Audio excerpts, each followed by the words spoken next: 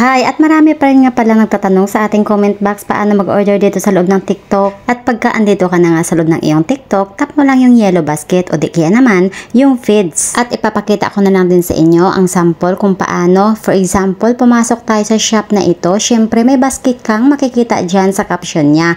Itap mo lang niya and then pagka-tap mo ng box, ito yung tatlong shop na bubungad sa inyo. Ibig sabihin, choose one shop lang or depende sa inyo kung saan yung gustong bumili. Next mong gagawin is buy now.